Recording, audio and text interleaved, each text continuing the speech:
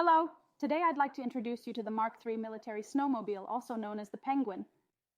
Did you know that the design of this vehicle was inspired by the military vehicle prototypes developed by Joseph-Armand Bombardier? Let me tell you the story of the development that led to the Mark III, the vehicle that is part of our collection.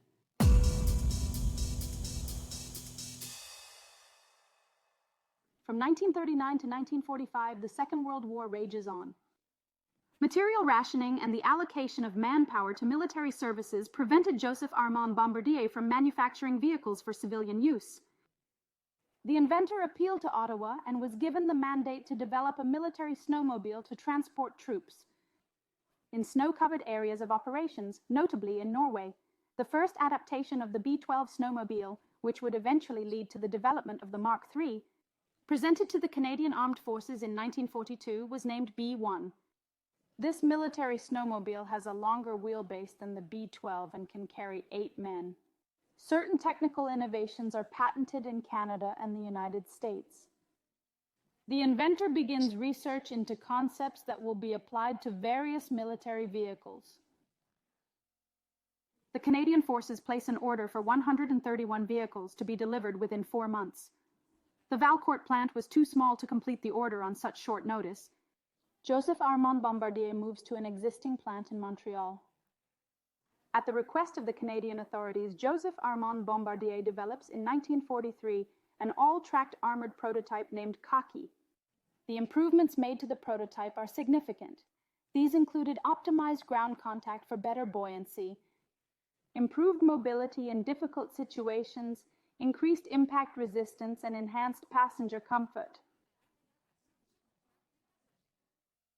Conclusive tests carried out in the Valcourt region enabled the inventor to develop the first in a series of armored snowmobiles named Mark I. This 2-occupant military reconnaissance snowmobile equipped with wide tracks offered improved buoyancy. The Mark I was in fact the first double-tracked vehicle designed by the inventor. The Mark I, used in both winter and summer, was modified by the Army and successively became the Mark II and Mark III, also known as the Penguin. The Penguin was developed by Canadian Arsenals Limited of Repentigny, Quebec, in collaboration with Joseph-Armand Bombardier. Based on the Mark II armored snowmobile, it is designed for troop transport.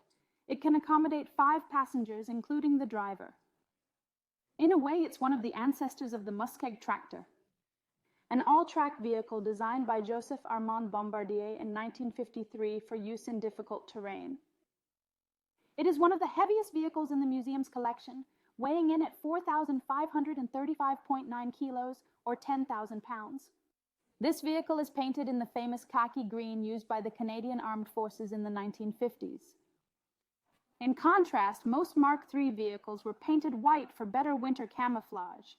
The windshield features 3 large windows and 2 side windows. An access door is fitted on each side and a hatch gives access to the roof. The vehicle's hull is made of armor plates welded as a single unit, giving it exceptional strength. The cab is made of aluminum and plywood. The Mark III is equipped with double tracks. These consist of 3 rubber strips connected by 2 sets of steel cross members. The double sprockets that propel the vehicle forward are made of steel. It is said that in February 1946, 12 military snowmobiles took part in Operation Musk Ox, a Canadian Army winter exercise. They covered 3,000 miles, or almost 4,830 kilometers, of snow-covered terrain in Canada's far north. Bombardier snowmobiles were reportedly the first motorized vehicles to explore the Arctic in 1946. Not bad at all.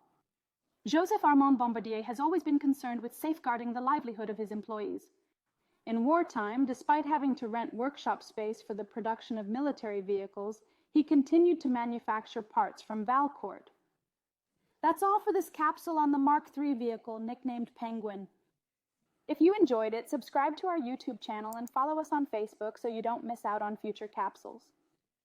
And don't forget to come and see us at the museum to discover other vehicles and ask us all your questions.